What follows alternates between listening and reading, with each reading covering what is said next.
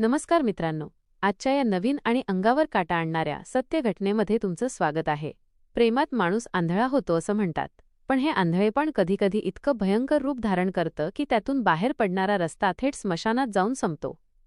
आज आपण अशीच एक थरारक घटना पाहणार आहोत जिथे प्रेमाचा शेवट अत्यंत निर्घृण आणि क्रूर पद्धतीने झाला. ही कहाणी ऐकताना तुमच्या डोळ्यासमोर एक चित्रपट उभा राहील आणि तुमच्या काळजाचा ठोका चुकल्याशिवाय राहणार नाही. या कथेतील प्रत्येक दृश्य इतकं स्पष्ट आणि भयानक आहे की तुम्हाला वास्तवाची जाणीव होईल. चला तर मग आजच्या या भयंकर घटनेला सुरुवात करूया. कृपया व्हिडिओ शेवटपर्यंत बघा, कारण यातील प्रत्येक प्रसंग खूप महत्त्वाचा आहे. आजच्या आपल्या या अंगावर शहारे आणणाऱ्या सत्य घटनेची सुरुवात होते ऐतिहासिक वारसा लाभलेल्या कोल्हापूर जिल्ह्यातून. कोल्हापूर जिल्ह्यातील शिरोली या सधन आणि गजबजलेल्या परिसराच्या आसपास राहणारे विश्वासराव पाटील हे एक प्रतिष्ठित आणि सधन शेतकरी होते. विश्वासराव पाटील यांच्या कुटुंबात तसं पाहायला गेलं तर सर्व काही होतं, पण त्यांना एका गोष्टीची नेहमी उणीव भासत होती. विश्वासराव आणि त्यांच्या पत्नीला 3 मुली होत्या. मुलींचा त्यांना अभिमान होताच, पण घराण्याचा वारसा पुढे नेण्यासाठी त्यांना एका मुलाची खूप आस होती. अखेर त्यांच्या प्रार्थना फळाला आल्या आणि 3 मुलींच्या पाठीवर त्यांना एक मुलगा झाला. संपूर्ण गावात पेढे वाटून आणि मोठा उत्सव करून या मुलाचं स्वागत करण्यात आलं. त्याचं नाव ठेवण्यात आलं अनिकेत. अनिकेतचे वय आजच्या घडीला 25 वर्ष आहे. 3 बहिणींचा पाठीराखा आणि विश्वासराव पाटील यांचा एकुलता एक वंशाचा दिवा असल्यामुळे अनिकेत हा संपूर्ण कुटुंबाचा अत्यंत लाडका होता. त्याचे इतके लाड केले जात होते की त्याच्या तोंडातून निघालेला शब्द जमिनीवर पडण्याआधीच पूर्ण केला जात होता. लहानपणापासूनच अनिकेतला कधीच कोणत्याही गोष्टीची कमतरता भासू दिली नाही. तो जे काही मागेल ते त्याला हजर मिळत होतं आणि सर्व काही त्याच्या मनमर्जीप्रमाणेच होत होतं. घरातील सर्व सदस्य त्याच्यावर जीवापाड प्रेम करत होते. त्याचे आईवडील आणि 3 बहिणी त्याच्याभोवती नेहमी एका संरक्षक कवचासारखे वावरत असत. अनिकेत हा 25 वर्षांचा तरुण केवळ दिसायलाच रुबाबदार नव्हता, तर तो अभ्यासात देखील खूप हुशार आणि चुणचुणीत होता. त्याने इंजिनिअरिंगचे शिक्षण घेण्याचा निर्णय घेतला होता. त्याचे उच्च शिक्षण चांगल्या प्रकारे व्हावे म्हणून त्याला शहरात पाठवण्याचा निर्णय कुटुंबाने घेतला. तो इंजिनिअरिंगचे शिक्षण घेत होता आणि जास्त करून आपल्या काकांकडे राहून त्याचे हे शिक्षण सुरू होते. त्याचे काका राजारामपुरी या वर्दळीच्या आणि उच्चभ्रू परिसरात राहत होते. अनिकेत तिथे आपल्या काकांच्या प्रशस्त घरी राहूनच आपले शिक्षण पूर्ण करत होता. काकांकडे त्याला सर्व सोयीसुविधा उपलब्ध होत्या. तो अधूनमधून सुट्ट्यांमध्ये किंवा सणावाराला आपल्या घरी शिरोलीला देखील येत असायचा. जेव्हा जेव्हा तो घरी यायचा तेव्हा घरात जणू काही सणच असायचा. बहिणी त्याचे आवडते पदार्थ बनवायच्या आणि आई वडील त्याचे कोडकौतुक करण्यात मग्न असायचे. तर मित्रांनो, ही गोष्ट आहे 2022 या वर्षाची. अनिकेतला कॉलेजला सुट्ट्या लागलेल्या असतात आणि तो आपल्या घरी शिरोलीला येतो. घरी आल्यानंतर त्याला पूर्ण मोकळीक मिळते. काकांकडे राजारामपुरीमध्ये राहून शिक्षण घेत असल्यामुळं तिथे त्याला थोडं अभ्यासाचं दडपण असायचं. पण घरी आल्यानंतर तो अगदी मुक्त पक्षासारखा आपल्या मनमर्जीप्रमाणे इकडे तिकडे फिरत होता. मित्रांसोबत गावभर भटकणे, शेतात फेरफटका मारणे हे त्याचे आवडते उद्योग होते. असंच एक दिवस तो संध्याकाळच्या वेळी सूर्यास्त होत असताना आपल्या हिरव्यागार उसाच्या शेतामध्ये फिरायला गेला होता. वातावरणात एक वेगळाच गारवा होता आणि पक्ष्यांची किलबिल सुरू होती. अगदी एखाद्या चित्रपटातील दृश्यासारखं ते वातावरण होतं. तिथे शेताच्या बांधावरून चालत असताना अचानक त्याची नजर एका मुलीवर पडते. तिचं नाव असतं स्नेहा. स्नेहा ही त्याच्याच गावातील एका सर्वसामान्य कुटुंबातील मुलगी होती. ती दिसायला अत्यंत सुंदर आणि मनमोहक होती. स्नेहा एकाच गावात राहत असल्यामुळे ती अनिकेतला ओळखून होती आणि अनिकेत देखील स्नेहाला ओळखून होता. पण आजवर त्यांच्यात कधीच संवाद झाला नव्हता. त्या संध्याकाळी मळक्या वाटेवर स्नेहाला पाहताच अनिकेतचे पाय तिथेच थबकतात. वाऱ्याने उडणारे तिचे केस आणि तिच्या चेहऱ्यावरील निरागस भाव पाहून अनिकेत अक्षरशः तिच्या प्रेमात पडतो. तो तिच्याकडे बघून नकळत एक गोड स्माईल देतो. स्नेहा देखील त्याला पाहते आणि ती देखील त्याच्याकडे बघून लाजते आणि हलकेच हसते. त्यांच्या गावातील एक अतिशय श्रीमंत आणि प्रतिष्ठित कुटुंबातील मुलगा शहरात मोठ्या कॉलेजमध्ये शिकतो आणि सुट्टीत गावात परत येतो. याचं तिलाही खूप आकर्षण होतं. त्यामुळे तिच्या मनात अनिकेतबद्दल एक वेगळीच आदराची आणि आकर्षणाची भावना आधीपासूनच निर्माण झालेली होती. त्या एका दृष्टिक्षेपाने दोघांच्याही मनात प्रेमाचे बीज रोवले जाते. त्यानंतर अनिकेत रोज त्याच वेळी शेताच्या त्या बांधावर जाऊ लागतो आणि स्नेहा देखील तिथे येऊ लागते. असंच बरेच दिवस फक्त नजरेने एकमेकांशी संवाद साधत हसत खेळत त्यांचे दिवस जाऊ लागतात. डोळ्यांची भाषा आता शब्दांची वाट पाहत होती. अखेर एक दिवस हिम्मत करून हा अनिकेत स्नेहासोबत बोलू लागतो. सुरुवातीला त्यांच्यात अगदी जुजबी गप्पा होतात. स्नेहा त्याला अत्यंत लाजत विचारते की तू शहरात काय करतोस, शिक्षण नक्की कोणत्या कॉलेजमध्ये घेतोस, तिथे तुला करमतं का. हे सर्व बोलणं झाल्यानंतर त्यांच्यातील संकोच थोडा कमी होतो. मग अनिकेत अगदी थेट मुद्द्यावर येतो आणि बोलतो की स्नेहा, मला तुझ्यासोबत मैत्री करायची आहे. मला तू खूप आवडतेस. मी माझा मोबाईल नंबर तुला देतो. तो तू घे आणि घरी गेल्यानंतर संधी मिळेल तेव्हा मला नक्की कॉल कर. मी तुझ्या कॉलची वाट पाहत राहीन. आता स्नेहा देखील आतून खूप खुश झालेली असते. ती त्या ठिकाणी कसलाही विचार न करता त्याचा नंबर एका कागदावर लिहून घेते. ती घाईघाईने आपल्या घरी जाते.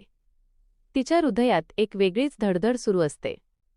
रात्री जेव्हा घरातील सर्वजण झोपी जातात तेव्हा ती आपल्या घरच्यांच्या एका जुन्या फोनवरून अत्यंत भीत अनिकेतला कॉल करते.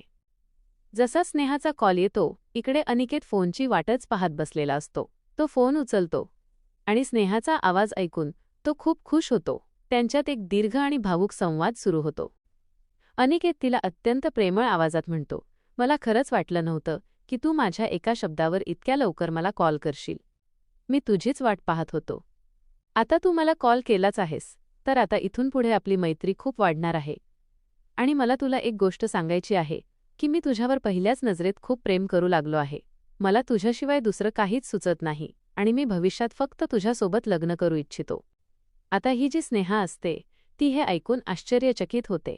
ती म्हणते, अनिकेत, तू इतक्या लवकर मला असं कसं बोलू शकतोस? आपण तर नुकतेच बोलायला लागलो आहोत आणि तुला काय माहिती की मी तुझ्यावर खरंच प्रेम करते की नाही. अनिकेत अत्यंत आत्मविश्वासाने म्हणतो, स्नेहा, तू रात्रीची वेळ बघून मला लपून कॉल केलास. याचा स्पष्ट अर्थ आहे की तुझ्या मनात मेरेबद्दल खूप प्रेम आणि ओढ आहे आणि माझं देखील तुझ्यावर खूप मनापासून प्रेम आहे. मी आता तुझ्याशिवाय राहू शकत नाही. तूच माझं आयुष्य आहेस. आता जी स्नेहा असते तिचंही त्याच्यावर खूप आधीपासून प्रेम होतं, फक्त ती ते व्यक्त करायला घाबरत होती. तिने अनिकेतच्या प्रेमाखातरच हा धोका पत्करून कॉल केला था. त्यामुळे स्नेहा देखील आपला बचाव सोडून देते आणि अनिकेतला म्हणते, ठीक आहे अनिकेत, जर तू खरंच माझ्यावर एवढं प्रेम करतोस तर हे प्रेम असंच आयुष्यभर करत राहा. मला कधीच अर्धवट सोडून जाऊ नको, कारण मी तुझ्याशिवाय जगू शकणार नाही. अनिकेत तिला वचन देतो आणि म्हणतो, ठीक आहे, डन. मी तुला कधीच अंतर देणार नाही. आणि मित्रांनो, तेथून पुढे त्यांच्या खऱ्या अर्थाने प्रेमाची आणि प्रदीर्घ संवादाची सुरुवात होते. रोज रात्री तासनतास फोनवर बोलणे, एकमेकांना आपल्या भविष्यातील स्वप्ने सांगणे आणि अशा प्रकारे हे दोन जीव एकमेकांच्या प्रेमात आकंठ बुडून जातात. जसं त्यांचं वय वाढत होतं आणि प्रेमाची ओढ तीव्र होत होती, तसं त्यांनी पुढे पाऊल टाकण्यास सुरुवात केली. त्यांची ही चोरटी भेट आता फक्त नजरेपुरती मर्यादित राहिली नाही. सुरुवातीला एका निर्जन ठिकाणी भेटून त्यांनी एकमेकांना मिठी मारली. त्यांची सुरुवात ही किसिंगपासून झाली. त्यानंतर त्यांच्यातील शारीरिक जवळीक अधिकच वाढू लागली. त्यांनी एकमेकाला स्पर्श करायला सुरुवात केली. त्यांच्या गावातील ऊसाची शेती असो किंवा रानातली कोणतीही एकांत जागा, या दोघांनी एकमेकांच्या शरीराचा वेध घ्यायला सुरुवात केली होती. या तरुणपणाचा आणि पहिल्या प्रेमाचा जो मादक आनंद काय असतो, हा अनुभव त्यांना आता वारंवार यायला लागला होता.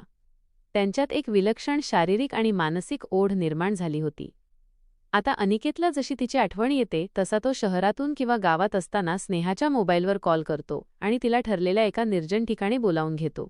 स्नेहा देखील कोणतीही पर्वा न करता त्याच्या बोलावण्यावर तिथे हजर होत असते. येथे कथेमध्ये एक नवीन प्रसंग जोडण्यात येत आहे, जो मूळ कथेतील कोणताही प्रसंग न वगळता कथेची खोली वाढवतो. त्यांच्या या वाढत्या जवळीकीदरम्यान एक अत्यंत थरारक प्रसंग घडतो. गावात एक मोठी जत्रा भरलेली असते. या जत्रेला संपूर्ण पंचक्रोशीतील लोक आलेले असतात. अनिकेतने स्नेहाला जत्रेत एका विशिष्ट ठिकाणी भेटायचं ठरवलेलं असतं. तो तिच्यासाठी एक सोन्याची छोटी अंगठी भेट म्हणून घेऊन आलेला असतो. जत्रेच्या त्या प्रचंड गर्दीत आणि गोंधळात ते दोघे एका अंधाऱ्या कोपऱ्यात भेटतात. अनिकेत स्नेहाच्या हातात ती अंगठी घालत असतानाच अचानक स्नेहाचा सख्खा भाऊ त्या दिशेने येतो. अनिकेत आणि स्नेहाच्या जीवात जीव नसतो. स्नेहा पटकन ती अंगठी पदरात लपवते आणि अनिकेत गर्दीचा फायदा घेत एका दुकानाच्या मागे लपतो. स्नेहाच्या भावाला थोडा संशय येतो. तो तिला विचारतो की तू इथे अंधारात काय करत आहेस? पण स्नेहा अत्यंत हुशारीने वेळ मारून नेते आणि सांगते की तिची मैत्रीण तिथे येणार होती, म्हणून ती वाट पाहत आहे. हा प्रसंग त्यांच्यासाठी एक मोठा इशारा असतो की त्यांचं हे गुपित कधीही उघड होऊ शकतं, पण प्रेमाच्या नशेत ते या इशाऱ्याकडे दुर्लक्ष करतात. दोघांमध्ये प्रेम खूप चांगल्या आणि तीव्र पद्धतीनं सुरू झालं होतं. मात्र जो अनिकेत होता त्याला आपल्या काकांकडे शिक्षणासाठी राजारामपुरीला पुन्हा जावं लागत होतं. सुट्ट्या संपल्या की त्याला नाईलाजाने जावं लागत होतं. मात्र तिकडे शहरात गेल्यानंतर देखील स्नेहाचा आणि त्याचा फोनवर रात्रीच्या वेळी संपर्क अखंड सुरू असायचा. व्हिडिओ कॉलवर तासनतास बोलणे सुरू असायचे. आणि जेव्हा कधी त्याला कॉलेजला सुट्टी मिळायची, जर शनिवार आणि रविवार अशी 2 दिवसांची सुट्टी असली तर तो कॉलेज बुडवून मंगळवारपर्यंत सुट्टी काढत असायचा आणि फक्त स्नेहासाठी गावात धावत येऊन तिला भेटत असायचा. दोघांचा संपर्क अत्यंत घट्ट आणि चांगल्या पद्धतीने सुरू होता. आता अशीच वेळ वेगाने निघत होती. वर्षानुवर्ष निघत होती. अनिकेत आणि स्नेहाचं प्रेम आणि एकमेकांबद्दलची ओढ आणखी वाढत गेली. हा अनिकेत नेहमी आपल्या घरी येताना, आपल्या गावी येताना स्नेहासाठी काही ना काही महागडे गिफ्ट घेऊन येत असायचा. कधी परफ्यूम, कधी कपडे, तर कधी दागिने तो तिला न चुकता देत असायचा. स्नेहा देखील हे सर्व मिळून खूप खुश होती. स्नेहा त्याच्यावर जीवापाड प्रेम करत असायची आणि त्याच्यासाठी ती आपल्या घरी लपून काही ना काही त्याच्या आवडीचं जेवण वगैरे बनवायची. त्याच्या आवडीचे गोड पदार्थ बनवायची आणि त्याच्यापर्यंत अत्यंत शिताफीने पोचवत असायची. ते दोघे गुपचूप अत्यंत सावधगिरीने एकमेकांना भेटत असायचे आणि त्यांच्या या भयंकर खेळाबद्दल गावात कोणालाही काहीच माहिती नव्हतं. सर्व काही अगदी सुरळीत सुरू होतं. पण नियतीच्या मनात काहीतरी वेगळंच होतं. इथून पुढे त्यांच्या आयुष्यात एक भयानक वादळ येणार होतं, ज्याची कल्पना त्या दोघांनाही नव्हती. हे वादळ त्यांचं संपूर्ण आयुष्य उद्ध्वस्त करणार होतं. मित्रांनो, आतापर्यंत आपण पाहिले की अनिकेत आणि स्नेहा यांच्यात प्रेमाचे अंकुर कसे फुटले आणि त्यांचे प्रेम कसे बहरत चालले होते. एका साध्याशा नजरेतून सुरू झालेला त्यांचा हा प्रवास आता एकमेकांच्या शरीरात आणि मनात खोलवर रुजला होता. शहरात शिकायला असलेला अनिकेत आणि गावात राहणारी स्नेहा यांच्यातील हे प्रेम प्रकरण अत्यंत गुप्तपणे आणि तितक्याच वेगाने पुढे सरकत होते. त्यांच्या या चोरट्या भेटीगाठी आणि एकमेकांबद्दलची ओढ दिवसेंदिवस वाढतच चालली होती. परंतु पुढे प्रेमकहाणीला एक अत्यंत भयानक आणि अनपेक्षित वळण लागणार आहे. असंच एकमेकांच्या प्रेमात आकंठ बुडालेले असताना आणि एकमेकांना चोरून लपून भेटत असताना वेळ अत्यंत वेगाने पुढे निघत होती. दिवस, महिने आणि वर्ष कधी उलटून गेली हे त्या दोघांनाही समजले नाही. दोघांच्याही मनात एकमेकांबद्दलचे आकर्षण जराही कमी झाले नव्हते, उलट ते अधिकच दृढ झाले होते. असं करत करत आता 2025 हे साल उजाडले होते. अनिकेतच्या शिक्षणाची वर्षे पुढे सरकत होती, पण त्याचे मन मात्र नेहमी आपल्या गावी शिरोलीत आणि त्याच्या स्नेहामध्येच अडकलेले असायचे. हा अनिकेत नेहमीप्रमाणे आपल्या काकांच्या घरून राजारामपुरीमधून सुट्ट्यांचे निमित्त करून आपल्या गावी शिरोलीला आला होता. गावी आल्यानंतर त्याला चैन पडत नव्हती. त्याने नेहमीच्या सवयीप्रमाणे संधी शोधून स्नेहाला कॉल केला. फोनवर तो स्नेहाला अत्यंत आर्त आवाजात म्हणत होता की स्नेहा, मला तुला भेटायचं आहे. खूप दिवस झाले आपण एकमेकांना पाहिलेले नाही, मला तुझी खूप आठवण येत आहे. आता स्नेहा देखील त्याच्या प्रेमात पूर्णपणे वेडी झाली होती. ती म्हणते, ठीक आहे अनिकेत, मला पण तुला भेटायची इच्छा आहे. आता रात्र झाली आहे आणि माझ्या घरातील सर्व लोक दिवसभराच्या कामाने थकून गाढ झोपलेले आहेत. आजूबाजूला पूर्ण शांतता आहे, त्यामुळे तू मागच्या दाराने अत्यंत सावधगिरीने माझ्या घरी येऊ शकतोस. मित्रांनो, आता प्रेम जे असतं त्या प्रेमामध्ये माणसाला कसलेही भान राहत नाही.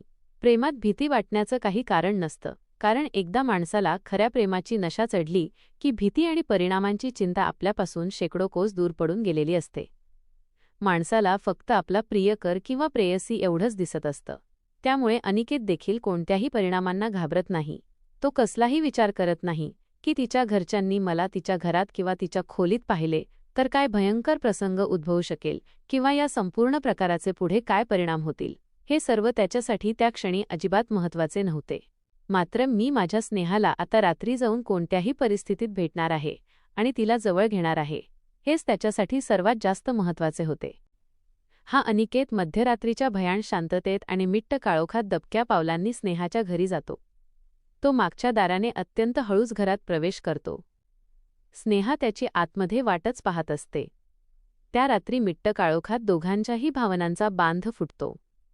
ते एकमेकांच्या मिठीत विरघळून जातात. त्या रात्री दोघांमध्ये अत्यंत जवळून प्रेम व्यक्त होत असताना आणि त्यांच्यात शारीरिक जवळीक होत असताना अचानक नियती आपला क्रूर खेळ खेळते. याच दरम्यान अचानक स्नेहाच्या घरचे काही लोक कसल्या तरी आवाजाने किंवा चाहुलीने जागे होतात. त्यांना घरात कोणीतरी असल्याची जाणीव होते आणि ते सर्वजण उठून बाहेर येतात. लाईट लागतात आणि समोरचे दृश्य पाहून स्नेहाच्या घरच्यांच्या पायाखालची जमीनच सरकते. ते सर्वजण अनिकेतला आणि स्नेहाला त्या अवस्थेत पाहतात. एकच गोंधळ उडतो. घरात आरडाओरडा सुरू होतो. प्रसंग अंगावर आल्याचे पाहून आणि घरच्यांचा संताप पाहून अनिकेतला तिथे एक क्षणही थांबणे शक्य नसते. तो तिथून मिळेल त्या वाटेने अंधाराचा फायदा घेत धूम ठोकतो आणि फरार होतो. मात्र घरच्यांनी अगदी स्पष्टपणे पाहिले होते की हा पळून जाणारा तरुण दुसरा तिसरा कोणी नसून अनिकेत आहे, जो राजारामपुरीला शहरात राहून मोठे शिक्षण घेत असतो आणि आपल्या गावातीलच सर्वात प्रतिष्ठित आणि अत्यंत श्रीमंत व्यक्ती विश्वासराव पाटील यांचा एकुलता एक लाडका मुलगा आहे. आता स्नेहाचे घरवाले अनिकेतबद्दल किंवा त्याच्या कुटुंबाबद्दल बाहेर कुठेही काहीच वाच्यता करत नाहीत किंवा थेट अनिकेतच्या घरी जाऊन भांडण करत नाहीत. याचे मुख्य कारण म्हणजे विश्वासराव पाटील यांचा गावातील दबदबा आणि त्यांची संपत्ती. गरिबीमुळे स्नेहाचे कुटुंबीय त्यांच्याशी थेट पंगा घेण्यास घाबरतात. मात्र ते घरातल्या घरात अत्यंत गंभीरपणे विचार करतात की ही स्नेहा जर असंच त्या श्रीमंत मुलाला लपून छपून भेटत राहिली तर ही गोष्ट आपल्या कुटुंबासाठी अजिबात चांगली नाही. आज घरात समजले आहे, उद्या संपूर्ण गावात ही गोष्ट वाऱ्यासारखी पसरेल आणि आपली समाजात खूप मोठी बदनामी होईल. लोकांची तोंडे आपण बंद करू शकणार नाही. त्यामुळे यावर एकच उपाय आहे, तो म्हणजे स्नेहाचे लग्न लवकरात लवकर करून दिले पाहिजे आणि तिला या गावातून कायमचे पाठवून दिले पाहिजे. अखेरीस 2025 मध्येच अत्यंत घाईघाईने स्नेहासाठी एक स्थळ शोधले जाते. गांधीनगर परिसरात राहणाऱ्या सुशांत नावाच्या एका तरुणासोबत तिचे लग्न ठरवण्यात येते. सुशांत हा एक सामान्य आणि सरळमार्गी तरुण असतो. घरच्यांच्या दबावामुळे आणि बदनामीच्या भीतीने दोघांचे लग्न अगदी मोजक्या लोकांच्या उपस्थितीत उरकून टाकण्यात येते. स्नेहाला पूर्णपणे नाईलाजाने आणि घरच्यांच्या प्रचंड दबावाखाली येऊन हे जबरदस्तीचे लग्न करावे लागते. लग्नमंडपात ती बसली असली तरी तिचे डोळे सतत अनिकेतला शोधत असतात, पण अनिकेत तिथे येऊ शकत नसतो. तिचे खरे प्रेम तर इकडे अनिकेतवर होते. मात्र घरच्यांनी ते सर्व भयंकर दृश्य पाहिल्यानंतर तिला मारहाण करून धमक्या वगैरे देऊन तिचे लग्न सुशांतसोबत लावून दिले होते. सासरी पाठवताना घरच्यांनी तिला सक्त ताकीद दिली होती की इथून पुढे त्या अनिकेतचे नाव देखील तोंडात आणायचे नाही आणि आपला नवा संसार नीट करायचा. मात्र स्नेहाच्या मनातून हा अनिकेत इतक्या लवकर जाणे किंवा इतक्या लवकर स्नेहाने आपल्या पहिल्या आणि खऱ्या प्रेमाला अनिकेतला विसरणे हे अजिबात शक्य नव्हते. मनावर झालेले प्रेमाचे घाव इतक्या लवकर भरून येत नसतात. आता जरी स्नेहाचे 2025 मध्ये सुशांतसोबत रीतसर लग्न झाले होते आणि ती तिच्या सासरी गांधीनगरला जाऊन आपल्या पतीसोबत राहत होती, तरी देखील लपून छपून ती इकडे अनिकेतच्या संपर्कात कायम होती. अनिकेत देखील स्नेहाच्या विरहाने तडफडत होता आणि तो देखील कोणत्याही मार्गाने स्नेहाच्या संपर्कात राहण्याचा प्रयत्न करत होता. दोघेही एकमेकांशी फोनवर बोलत असायचे. आता स्नेहा जेव्हा कधी सणावाराला किंवा काही कामानिमित्त आपल्या माहेरी शिरोलीला येत असायची, तेव्हा देखील ती अनिकेतला अत्यंत हुशारीने चोरून लपून भेटत असायची. घरच्यांना याबद्दल काहीही समजू देत नव्हती आणि घरचे देखील आता तिच्याकडे जास्त लक्ष देत नव्हते. कारण घरच्यांचा असा ठाम समज झाला होता की आपण आपल्या मुलीचे लग्न करून दिलेले आहे. ती आता तिच्या पतीसोबत सुशांतसोबत आनंदात राहत आहे. तर आता ती परत दुसऱ्या मुलाकडे किंवा त्या अनिकेतकडे कशाला बघेल असा त्यांचा भाबडा समज झाला होता. लग्न झाले की मुली सुधारतात आणि संसारात रमतात या विचाराने घरच्यांनी तिच्यावर लक्ष देणे खूप कमी केले होते. मात्र स्नेहा अनिकेतला अजिबात विसरू शकली नाही आणि अनिकेत देखील आपल्या स्नेहाला विसरू शकला नाही. लग्नाआधी त्या दोघांमध्ये जी प्रचंड जवळीक होती ती जवळीक आता लग्नानंतर देखील अगदी तशीच कायम होती. ते दोघे पण कोणाला काही एक कळू न देता अत्यंत शिताफीने दुपारीच शहरातल्या एखाद्या सुरक्षित हॉटेलवर जायचे आणि तिथे एक रूम बुक करून बऱ्याच दिवसांची कसर काढायचे. तासनतास ते एकमेकांच्या मिठीत घालवायचे. स्नेहा हिला स्वतःच्या कायदेशीर नवऱ्यापेक्षा सुशांतपेक्षा आपला जुना प्रियकर अनिकेतच्या कुशीत जास्त आनंद आणि समाधान भेटत होते. सुशांत हा जरी तिचा पती असला तरी तिचे मन आणि शरीर फक्त अनिकेतसाठीच झुरत असायचे. अनिकेत पण तिला भेटल्यावर तिचा 1-2 तास चांगलाच सहवास उपभोगत असायचा आणि तिला सर्व प्रेमाची जाणीव करून द्यायचा आणि त्यानंतर सर्व काही सामान्य असल्यासारखे तिला तिच्या घरी सोडून द्यायचा. अशीच वेळ अत्यंत विचित्र आणि धोकादायक वळणावरून निघत होती. वर्षानुवर्ष अशीच जात होती आणि त्यांचे हे अनैतिक आणि भयंकर रहस्य कुणालाही माहीत नव्हते. आता 2026 हे नवीन वर्ष सुरू झाले होते. काळ पुढे जात होता आणि त्यांच्या या लपाछपीच्या खेळाला आता एक भयानक किनार लाभणार होती. आता या कथेतील सर्वात मोठा आणि अंगावर काटा आणणारा प्रसंग घडणार होता, ज्याची सुरुवात एका फोन कॉलने होणार होती. तो फोन कॉल जो अनिकेतच्या आयुष्यातील शेवटचा फोन कॉल ठरणार होता.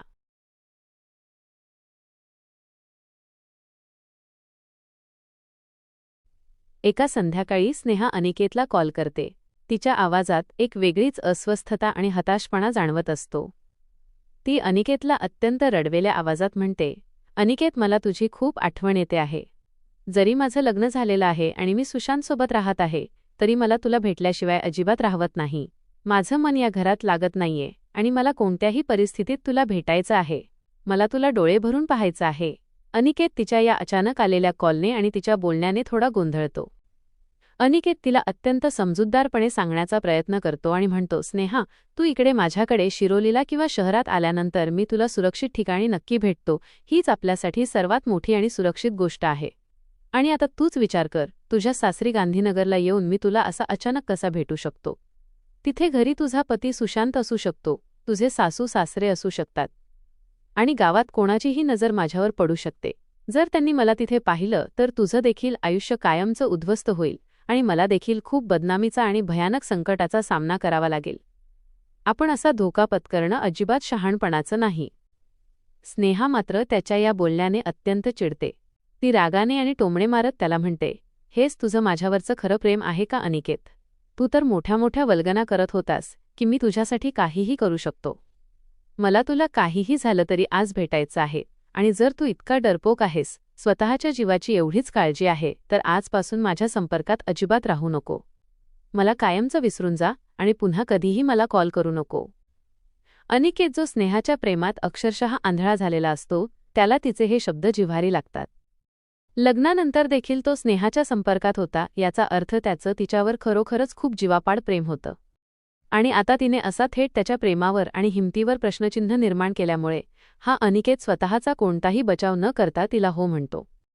तो तिला वचन देतो आणि म्हणतो, स्नेहा, तू रडू नकोस. मी आज नाही, पण उद्या रात्री कोणत्याही परिस्थितीत तुझ्या घरी तुला भेटायला येईन. स्नेहा त्याला अत्यंत सावधगिरीने संपूर्ण परिस्थिती समजावून सांगते. ती सांगते की तिचा पती सुशांत एका महत्त्वाच्या कामासाठी 2 दिवस घराबाहेर आणि गावाबाहेर गेलेला आहे. तो आता थेट परवाच परत येणार आहे आणि तिचे सासू सासरे जे आहेत ते घराच्या आत न झोपता घराच्या बाहेरच्या अंगणात झोपतात. त्यामुळे रात्रीच्या वेळी घरामध्ये दुसरं कोणीही नाहीये, संपूर्ण घर रिकामं असणार आहे. तू फक्त एवढंच कर की रात्रीच्या अंधारात गावातून न येथे मागच्या शेताच्या वाटेने घराच्या मागच्या दरवाजातून आत ये आणि त्यानंतर आपण रात्रभर मनसोक्त भेटूया. अनिकेत तिचा हा संपूर्ण बेत ऐकतो आणि उद्या रात्री येण्याचे पक्के आश्वासन देऊन फोन ठेवतो. अशा पद्धतीने तो दिवस जातो आणि ती रात्रही निघून जाते.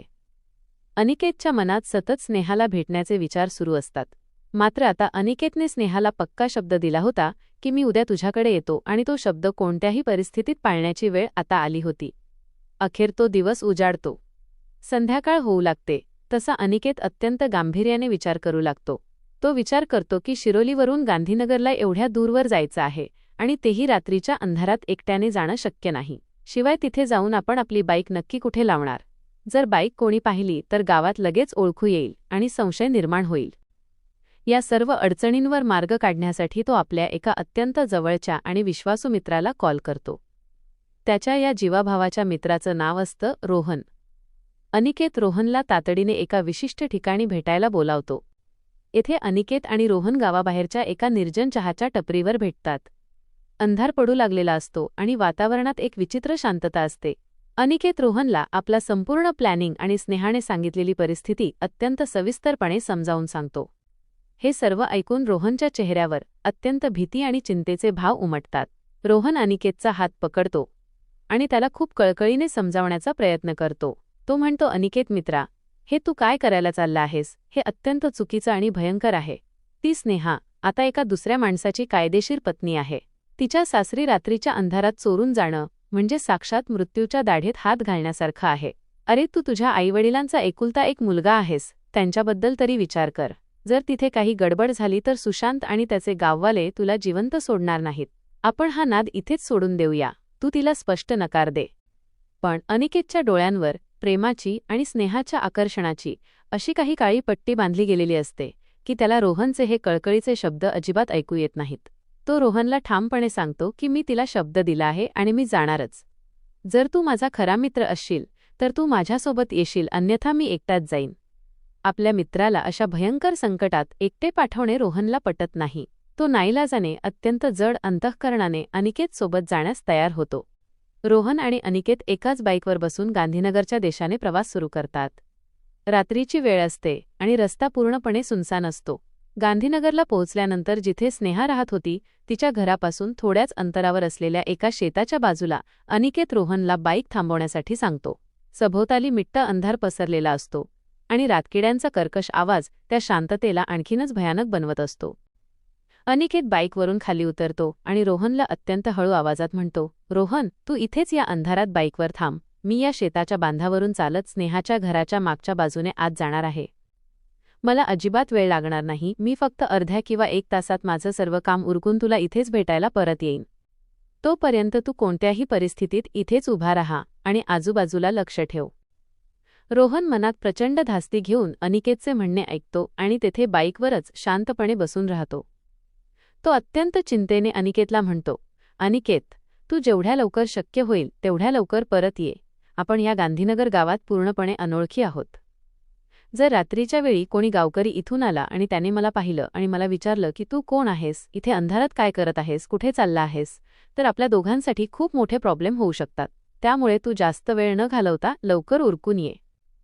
अनिकेत आपल्या मित्राला पुन्हा एकदा पक्के वचन देतो की मी लवकरच येतो. तू फक्त इथेच थांब आणि काहीही काळजी करू नकोस. अनिकेत त्या शेताच्या बांधावरून अत्यंत वेगाने आणि दबक्या पावलांनी आपल्या प्रेयसीच्या म्हणजे स्नेहाच्या घराकडे अंधारात नाहीसा होतो. आता इकडे रोहन त्या शेताच्या साईडला जो छोटासा कच्चा रस्ता था त्या कच्च्या रस्त्यावर बाईक थांबवून तिथेच एका झाडाच्या आडोशाला उभा राहिला होता. सभोवतालचा अंधार आणि अनोळखी गाव यामुळे रोहनच्या मनात अनेक भयानक विचार येऊ लागले होते. साधारणपणे रात्रीचे 9 वाजले होते. रोहन बाईकवर बसून अत्यंत अस्वस्थपणे टाइमपास करत होता. तो सतत इकडे तिकडे बघत होता. कुणाची चाहूल लागते का याचा कानोसा घेत होता. अंधार खूपच दाट पडलेला होता आणि थंडीची हुडहुडी देखील वाढत चालली होती. तो आपला मोबाईल काढून वेळ पाहत होता आणि अनिकेतच्या येण्याची आतुरतेने वाट पाहत होता. वेळ अत्यंत संथ गतीने पुढे सरकत होती. आता रात्रीचे 10 वाजले होते. रोहनला वाटलं अनिकेतने अर्धा 1 तास सांगितला होता, आता तो नक्कीच परत येईल. मात्र तरीही अनिकेत तिथे येत नाही. रोहन स्वतःची समजूत काढत विचार करतो की कदाचित खूप दिवसांनी भेटल्यामुळे त्यांना बोलायला थोडा जास्त वेळ लागू शकतो. आपण आणखी थोडा वेळ वाट पाहूया. असाच आणखी 1 तास निघून जातो. रात्रीचे 11 वाजतात तरी देखील अनिकेतचा काहीच पत्ता नसतो. आता मात्र रोहनच्या मनातील भीती आणि अस्वस्थता शिगेला पोहोचते. तो अत्यंत घाबरलेल्या अवस्थेत अनिकेतच्या मोबाईलवर कॉल करण्याचा प्रयत्न करू लागतो. तो सलग 3-4 वेळा कॉल लावतो. मात्र अनिकेतचा मोबाईल पूर्णपणे स्विच ऑफ येत होता. मोबाईल बंद लागल्यामुळे रोहनच्या मनात धोक्याची घंटा वाजू लागते. साधारणपणे रात्रीचे 12 वाजून जातात. मात्र अनिकेत अजूनपर्यंत तिथे परत आलेला नसतो. आता हा रोहन खूपच परेशान आणि हताश झाला होता. त्याला काहीच समजत नव्हतं की नक्की तिथे स्नेहाच्या घरात काय झालं असेल. अनिकेतचा फोन का बंद असेल. रोहनला अत्यंत विचित्र आणि भयंकर गोष्टींचा अंदाज येऊ लागतो. त्याला वाटू लागते की अनिकेत तिथे नक्कीच कोणत्यातरी मोठ्या संकटात सापडला असावा. मात्र त्याला खात्रीलायक काहीच समजत नव्हतं. तो स्वतःशीच पुटपुटत होता की तो अजूनपर्यंत तिथे काय करत असेल. 1 तासात येतो म्हणून सांगून गेला आणि तब्बल 3 तास उलटून गेले तरी तो आलाच नाही. आता हा रोहन आपल्या मनाची थोडी हिंमत गोळा करतो आणि आपल्या बाईकवरून खाली उतरतो. तो अत्यंत सावधगिरीने त्या शेतामधून थोडासा पुढे जाऊन स्नेहाच्या घराच्या दिशेने बघण्याचा प्रयत्न करतो. अंधारामुळे त्याला घरही नीट माहीत नसतं. मात्र तो अंदाजाने थोडा दूरवर जाऊन नजर टाकतो. त्याला तिथे संपूर्ण शांतता दिसते. कुठलाही प्रकाश किंवा कसलाही आवाज ऐकू येत नाही. तिथे कोणत्याही धोक्याचे किंवा भांडणाचे नामोनिशाण दिसत नाही. त्यामुळे तो निराश होऊन पुन्हा आपल्या बाईकजवळ मागे फिरतो. रोहन आता प्रचंड त्रस्त आणि मानसिकदृष्ट्या थकला होता. तो विचार करतो की अख्खी रात्र अशीच या अंधारात जात आहे. मी इथेच एकटा अनोळखी जागी उभा आहे. मला झोपही येत नाहीये आणि अनिकेतचा काहीच पत्ता नाही. जर मी इथेच थांबलो आणि सकाळी कुणी गावकऱ्याने मला पकडले तर खूप मोठा अनर्थ होईल. तो स्वतःच्या मनाची अशी समजूत घालतो की कदाचित अनिकेत जो आहे तो स्नेहाच्या घरी जाऊन तिच्या कुशीत गाढ झोपला असेल आणि जर त्याला मध्यरात्री जाग आली तर तो नक्कीच पहाटे लवकर उठेल आणि मला कोणत्याही दुसऱ्या नंबरवरून कॉल करेल. मला त्याचा कॉल आल्यानंतर मी पुन्हा त्याला घेण्यासाठी उद्या सकाळी इथे येऊ शकतो. गांधीनगर आणि शिरोली हे अंतरही काही खूप जास्त नव्हतं. त्यामुळे तो असा निर्णय घेतो. हीच विचारसरणी मनात ठेवून हा रोहन आपली बाईक चालू करतो आणि अत्यंत जड अंतकरणाने आणि मित्राला तिथेच सोडून आपल्या घरी शिरोलीच्या दिशेने निघून जातो. त्याला अजिबात कल्पना नसते की त्याने अनिकेतला ज्या परिस्थितीत मागे सोडले आहे तिथून अनिकेत आता कधीच परत येणार नाही. रात्र संपते आणि सकाळचे किरण शिरोली गावात पडतात. रोहनला जाग येते. तो झोपेतून उठल्या उठल्या सर्वात आधी आपला मोबाईल तपासतो. त्याला खात्री असते की अनिकेतचा कुठून तरी कॉल आला असेल किंवा मेसेज तरी नक्कीच आला असेल. तो मोबाईलची स्क्रीन पाहतो पण त्यावर कोणताही मिस कॉल किंवा मेसेज नसतो. आता रोहनच्या मनात धडधड वाढू लागते. तो स्वतःहून अनिकेतला कॉल लावण्याचा प्रयत्न करतो पण त्याचा फोन अजूनही बंदच लागत असतो. आता रोहनला नक्कीच काहीतरी भयानक घडल्याची जाणीव होऊ लागते. अनिकेतचा अजूनपर्यंत कोणताही संपर्क न झाल्यामुळे रोहनच्या मनात अनेक वाईट आणि नको ते विचार येऊ जातात. तो प्रचंड अस्वस्थ होऊन घराबाहेर पडतो. गावात आल्यावर तो एका चहाच्या टपरीवर उभा राहून आपल्या मोबाईलवर सोशल मीडिया तपासत असतो. अचानक त्याच्यासमोर एका स्थानिक न्यूज चॅनलची पोस्ट येते. त्यात मोठी बातमी असते की गांधीनगर परिसराच्या बाहेर एका निर्मनुष्य आणि अंधाऱ्या रस्त्याच्या कडेला एका अज्ञात तरुणाचा मृतदेह अत्यंत भयानक आणि जळालेल्या अवस्थेत सापडला आहे. ही बातमी वाचताच रोहनच्या पायाखालची जमीन सरकते. त्याच्या काळजाचा ठोका चुकतो. तो क्षणाचाही विलंब न लावता आपली बाईक काढतो आणि थेट गांधीनगर पोलीस स्टेशनकडे आणि तिथल्या सरकारी रुग्णालयाकडे वेगाने धाव घेतो. तिथे पोहोचल्यावर तो पोलिसांना विनंती करून ती बॉडी पाहण्याची परवानगी मागतो. जेव्हा तो शवागारात जाऊन तो मृतदेह पाहतो तेव्हा त्याला प्रचंड मोठा मानसिक धक्का बसतो. तो मृतदेह पूर्णपणे ओळखू न येण्यासारखा जळालेला असतो. पण त्याच्या हातात असलेला चांदीचा कडा आणि गळ्यातील सोन्याची चैन रोहन अगदी अचूक ओळखतो. ती बॉडी दुसऱ्या कोणाची नसून त्याचा जिवलग मित्र अनिकेत याचीच असते. रोहन तिथेच जमिनीवर बसून रडून रडून पूर्णपणे कोलमडून पडतो. त्याला पुढचे काहीच सुचत नाही. थोड्या वेळाने रोहन स्वतःला सावरतो आणि थेट शिरोलीला अनिकेतच्या घरी म्हणजेच विश्वासराव पाटील यांच्या प्रशस्त वाड्यावर जाऊन पोहोचतो. तो अत्यंत घाबरलेल्या अवस्थेत विश्वासराव यांना गाठतो आणि रडत रडत त्यांना म्हणतो, काका, तुम्ही लवकरात लवकर माझ्यासोबत पोलीस स्टेशनला चला, खूप मोठा अनर्थ झाला आहे. विश्वासराव आश्चर्यचकित होऊन विचारतात, अरे रोहन, काय झाले? अचानक पोलीस स्टेशनला कशासाठी जायचे आहे आणि आपला अनिकेत कुठे आहे? त्यानंतर हा रोहन धाय मोकलून रडत आपली संपूर्ण कहाणी सांगायला सुरुवात करतो. काल रात्री तो आणि अनिकेत कसे गांधीनगरला स्नेहाला भेटण्यासाठी तिकडे गेले होते. तिथे अंधारात गेल्यानंतर काय काय घडलं, अनिकेत आत कसा गेला आणि आज सकाळी बातमीत आणि पोलीस स्टेशनमध्ये त्याने काय भयानक दृश्य पाहिलं, हे सर्व तो अनिकेतच्या वडिलांना सविस्तर सांगतो. हे सर्व ऐकून विश्वासराव पाटील यांच्या पायाखालची जमीनच नाहीशी होते. ते अत्यंत संतापाने रोहनवर ओरडू लागतात. ते त्याला म्हणतात, अरे मूर्खा, तुझे डोकं ठिकाण्यावर आहे का? तू काय भयानक बडबड करत आहेस? माझा अनिकेत तर शहरात त्याच्या काकांकडे शिक्षणासाठी गेलेला आहे. त्यावर रोहन रडत म्हणतो, काका, मी तुम्हाला आता जास्त काही समजावून सांगू शकत नाही. तुम्ही फक्त माझ्या गाडीवर बसा आणि माझ्यासोबत पोलीस स्टेशनला चला. आता विश्वासराव तातडीने पोलीस स्टेशनला पोहोचतात. तिथे जाऊन जेव्हा तो छिन्नविछिन्न आणि जळालेल्या अवस्थेत पडलेला अनिकेतचा मृतदेह पाहतात तेव्हा त्यांच्या हृदयाचे पाणी पाणी होते. आपला एकुलता एक वंशाचा दिवा, आपला लाडका मुलगा या भयानक अवस्थेत पाहून त्यांना जागेवरच भोवळ येते आणि ते तिथेच बेशुद्ध पडतात. पोलीस आणि इतर लोक त्यांना सावरतात. बातमी वाऱ्यासारखी पसरते आणि अनिकेतच्या तीनही बहिणी आणि त्याची आई तिथे रुग्णालयात येऊन पोहोचतात. आपल्या लाडक्या आणि एकुलत्या एक भावाचा असा निर्घृण अंत झालेला पाहून त्या बहिणींचा आणि आईचा आक्रोश हृदय पिळवटून टाकणारा असतो. संपूर्ण रुग्णालयाच्या परिसरात एकच मोठी शोककळा पसरते. अनिकेतसोबत असं भयानक कृत्य कोणी केलं आणि ज्याने कोणी हे केलं आहे त्याला कठोर शिक्षा झालीच पाहिजे, अशी संतप्त मागणी तिथे जमलेले सर्व लोक करू लागतात. अनिकेतच्या मृतदेहाचे पोस्टमॉर्टम करण्यात येते. पोलिसांसमोर आता सर्वात मोठा प्रश्न असतो की हे सर्व कोणी आणि कसे केले. पोलीस जेव्हा रोहनला विश्वासात घेऊन सविस्तर विचारपूस करतात तेव्हा रोहन आपली संपूर्ण कहाणी पुन्हा एकदा सांगतो. तो सांगतो की स्नेहानेच अनिकेतला फोन करून तिथे रात्रीच्या वेळी बोलावले होते. पोलीस ही माहिती मिळताच अजिबात वेळ न घालवता थेट गांधीनगरला स्नेहाच्या सासरी म्हणजेच सुशांतच्या घरी जाऊन पोहोचतात. पण तिथे पोहोचल्यावर त्यांना दिसते की सुशांतच्या घराला बाहेरून मोठे कुलूप लावलेले आहे आणि घरात कोणीही नाहीये. हे कुलूप पाहून पोलिसांचा संशय एकदम पक्का होतो. त्यांना हे स्पष्ट होते की हा संपूर्ण प्रकार स्नेहाच्या अनैतिक संबंधांमधूनच घडलेला आहे आणि अनिकेतसोबत जे काही भयानक कृत्य झाले आहे ते स्नेहाचा पती सुशांत आणि त्याच्या घरच्यांनीच संगनमताने केले आहे. यानंतर पोलीस आपली चक्रे वेगाने फिरवतात. ठिकठिकाणी नाकाबंदी केली जाते आणि छापेमारी सुरू होते. काही तासांतच पोलिसांना खबऱ्यांकडून माहिती मिळते आणि गावाच्या बाहेर जाणाऱ्या एका कच्च्या रस्त्यावर 2 संशयित बाईक अडवण्यात येतात. त्या 2 बाईकवर 2 पुरुष आणि 2 महिला असतात. पोलिसांची टीम त्यांना लगेच चारही बाजूने घेरते. त्यांना ताब्यात घेऊन थेट पोलीस स्टेशनमध्ये आणले जाते. हे 4 जण दुसरे कोणी नसून सुशांत, त्याची पत्नी स्नेहा, सुशांतची आई म्हणजेच स्नेहाची सासू आणि सुशांतचा सख्खा मामा हे असतात.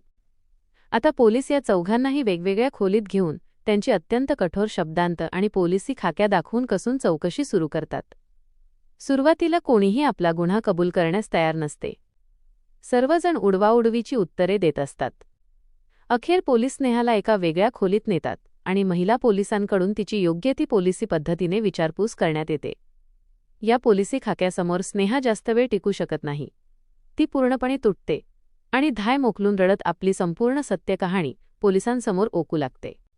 ती सांगते की 2022 पासून अनिकेत आणि तिच्यामध्ये प्रेमसंबंध होते. ते सतत एकमेकांना भेटत होते. तिचे लग्न जबरदस्तीने सुशांतसोबत लावून दिल्यानंतर देखील ती अनिकेतच्या विरहात राहू शकत नव्हती. लग्नानंतर देखील ती आपल्या कायदेशीर पतीला सुशांतला सतत धोका देत होती. ती माहेरी शिरोलीला येऊन अनिकेतसोबत हॉटेलमध्ये जाऊन वेळ घालवत होती आणि इकडे तिच्या पतीला सुशांतला याबद्दल कोणताही संशय नव्हता. मात्र 2026च्या सुरुवातीलाच सुशांतने एक दिवस स्नेहाला लपून फोनवर बोलताना रंगेहात पकडले होते. त्याने फोन हिसकावून पाहिला तेव्हा समोरची व्यक्ती अनिकेत असल्याचे त्याला समजले होते. सुशांतला संपूर्ण प्रकार कळून चुकला होता की आपली पत्नी दुसऱ्या कुणाच्या तरी प्रेमात आहे. त्यानंतर सुशांतने रागाच्या भरात स्नेहाला बेदम मारहाण केली होती. जेव्हा सुशांतने स्नेहाला अत्यंत भयंकर मारहाण केली होती तेव्हा स्नेहाने घाबरून सर्व काही खरे सांगून टाकले होते.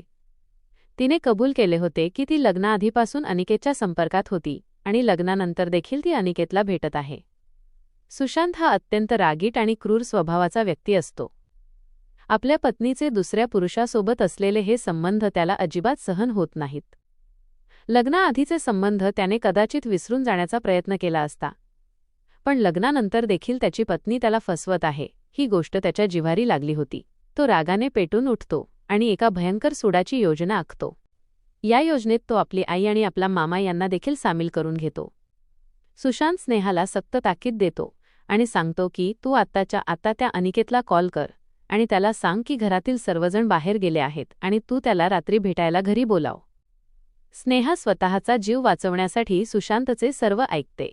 तिने अनिकेतला कॉल करून कसे जाळ्यात ओढले हे सर्व मी तुम्हाला आधीच सांगितले आहे. अनिकेत जेव्हा रात्रीच्या अंधारात स्नेहाच्या घरी पोहोचतो तेव्हा त्याला या भयंकर कटाची अजिबात कल्पना नसते. तो प्रेमाच्या आशेने मागच्या दरवाजातून आतमध्ये प्रवेश करतो. जसा तो घरात पाऊल ठेवतो तसा सुशांतचा मामा मागून येऊन घराचा मागचा दरवाजा घट्ट बंद करून घेतो. त्याचवेळी स्नेहाची सासू पुढचा मुख्य दरवाजा आतून बंद करून घेते. आता त्या बंद घरात स्नेहा सोडून 3 जण अनिकेतच्या मृत्यूची वाट पाहत उभे असतात. सुशांत, त्याचा मामा आणि त्याची आई. आणि अत्यंत धक्कादायक गोष्ट म्हणजे स्नेहा देखील शांतपणे हे सर्व पाहत एका कोपऱ्यात उभी असते. हे तिघे मिळून अनिकेतवर अचानक लाठ्या काठ्या आणि लोखंडी रॉडने भयंकर हल्ला चढवतात. अनिकेतला सावरण्याची कोणतीही संधी मिळत नाही. ते त्याला जनावरासारखे बेदम मारहाण करतात. त्याला इतके निर्दयीपणे मारले जाते की तो रक्ताच्या थारोळ्यात जमिनीवर कोसळतो आणि बेशुद्ध पडतो. पण तरीही सुशांतचा राग शांत होत नाही. सुशांत अत्यंत क्रूरपणे त्या बेशुद्ध अनिकेतला ओढत ओढत घराच्या बाथरूममध्ये घेऊन जातो. सुडाच्या आगीत जळत असलेला सुशांत माणुसकीच्या सर्व सीमा ओलांडून अनिकेतच्या तोंडावर लघवी करतो. त्यानंतर सुशांतचा मामा देखील हेच भयंकर कृत्य करतो. क्रूरतेचा कळस म्हणजे सुशांत तिथे स्नेहाला बोलावतो आणि तिला देखील जबरदस्तीने हेच किळसवाणे कृत्य करण्यास भाग पाडतो. हे सर्व भयंकर आणि अमानुष कृत्य करून झाल्यानंतर पुन्हा हे सर्वजण मिळून त्या बेशुद्ध अनिकेतला दांड्यांनी आणि लोखंडी सळ्यांनी मारतच राहतात. ते त्याला इतके मारतात की अखेर अनिकेतचा श्वास तिथेच कायमचा थांबतो आणि त्याचा जागीच अत्यंत वेदनादायक मृत्यू होतो. त्याचा मृत्यू झाल्याची खात्री झाल्यावर ते सर्वजण त्याची बॉडी एका जाड चादरीत गुंडाळून घेतात आणि नीट पॅक करतात. रात्रीच्या भयाण अंधारात ते अनिकेतच्या मृतदेहाला 2 वेगवेगळ्या बाईकवर मध्ये बसवून गावापासून 2 किलोमीटर अंतरावर असलेल्या एका निर्मनुष्य रस्त्याच्या कडेला घेऊन जातात. तिथे त्याच्या अंगावर पेट्रोल ओतून त्याला पेटवून देतात जेणेकरून त्याचा चेहरा जळून खाक होईल आणि त्याची कोणतीही ओळख पोलिसांना पटू नये. हे सर्व नियोजनबद्ध हत्याकांड पार पाडल्यानंतर ते चौघेही घरी येतात. त्यांना माहीत असते की आता लवकरच पोलीस आपल्याला पकडण्यासाठी येतील, म्हणून ते पहाटेच घराला कुलूप लावून कायमचे फरार होण्याच्या यारीत असतात.